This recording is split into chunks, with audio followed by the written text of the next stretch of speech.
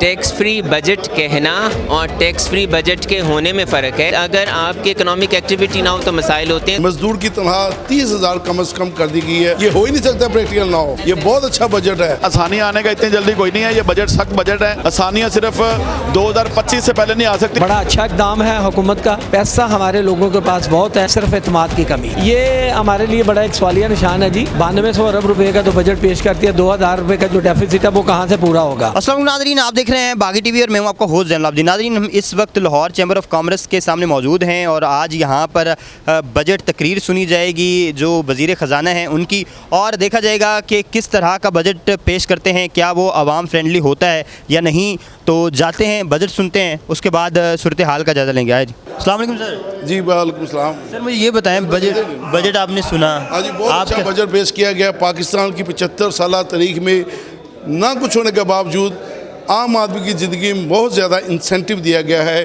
मज़दूर की तनख्वाह 30,000 कम से कम कर दी गई है। बहुत अच्छी बात है। यूटिलिटी स्टोर पे 35 अरब की सब्सिडी दी गई है। इससे आम आदमी की ज़िंदगी में बहुत ज़्यादा फ़ायदा होगा। थ्योरेटिकल प्रैक्टिकल तो नहीं है जी? प्रैक्टिकल होगा ये सारा कुछ? अरे गवर्नमेंट ऑफ पाकिस्तान पेश करी है, इसमें क्यों नहीं प्रैक्टिकल होगा? ये हो ही नहीं सकता प्रैक्टिकल ना हो। ये बहुत अच्छा बजट है। जफ़र साहब हमारे साथ मौजूद हैं, उनसे बात करते हैं, उनसे पूछते हैं कि वो क्या समझते हैं कि कुछ आसानियाँ आएंगी इस बजट के बाद या वैसी सूरत हाल रहेगी जैसी अब है। सर बहुत शुक्रिया आपके वक्त का, आप बताइएगा क्या आसानियाँ आएंगी आम आदमी की? आसानियाँ आने का इतनी जल्दी कोई नहीं है। ये बजट सख्त बजट है।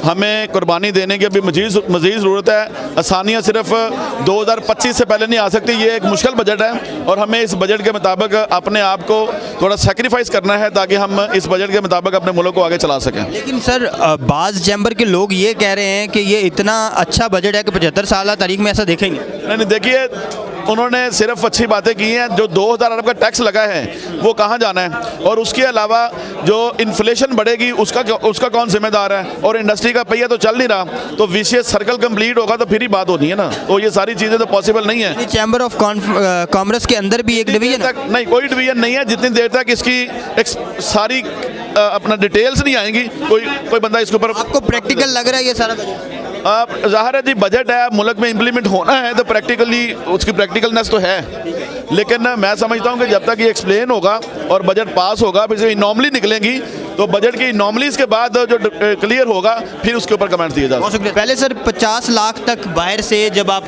पाकिस्तान में पैसे भेजते थे तो उसकी पूछगिछ नहीं होती थी, अब वो 3 करोड़ कर दिया गया। तो हम तो ये बातें करते हैं कि हमारे पैसे बाहर नहीं जाने चाहिए, तो बाहर से जो मर्जी वो जो है वो काला चिट्टा भेजे, कोई मसला नहीं।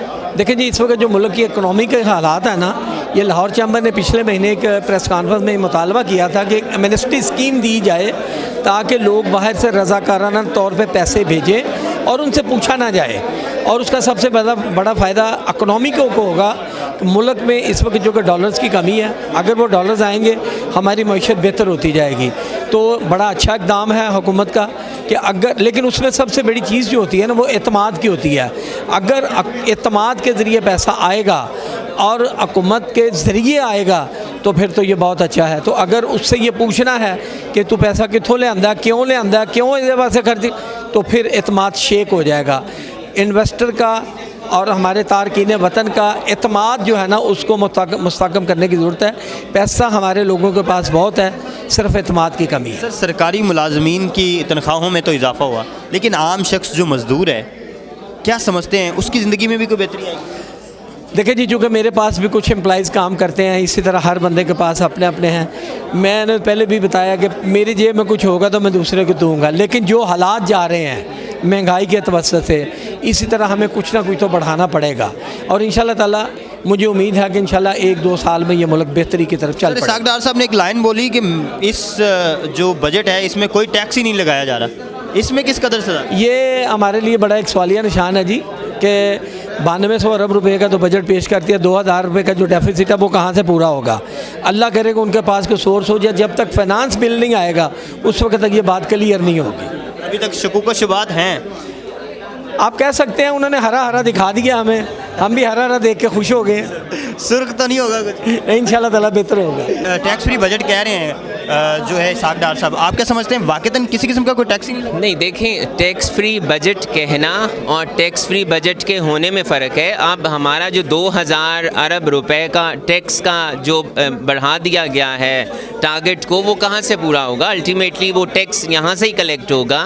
लेकिन बात यह है कि उस टैक्स के टारगेट को पूरा करने के लिए इकोनॉमिक एक्टिविटी होनी चाहिए। जब आपके मुल्क में इकोनॉमिक एक्टिविटी हो रही हो तो टैक्स देना आपको बुरा नहीं लगता, लेकिन अगर आपकी इकोनॉमिक एक्टिविटी ना हो तो मसाइल होते हैं। तो हम उम्मीद करते हैं कि इंशाल्लाह अगला साल जो होगा वो बेहतर होगा। तो नाज़रीन, आपने राय जानी जो ओहदेदारान हैं लाहौर चैम्बर ऑफ कॉमर्स के, उनकी, कि वो क्या समझते हैं कि क्या वाकईतन इस बजट के बाद पाकिस्तानी अवाम, मज़दूर और मुलाजमीन की ज़िंदगी में क्या किसी किस्म की कोई आसानी आएगी, या ये जो बजट है ये प्रैक्टिकल है या नहीं। क्योंकि इसहाक डार साहब ने बहुत बड़ा दावा किया है और उन्होंने कहा है कि ये जो बजट है ये टैक्स फ्री है। तो क्या वाकईतन ऐसी सूरत हाल में जब हमारी जो ग्रोथ है वो 0.3 है, तो इस सूरत हाल में क्या इस तरह का बजट पेश करना मुमकिन है और इसकी इम्प्लीमेंटेशन मुमकिन है?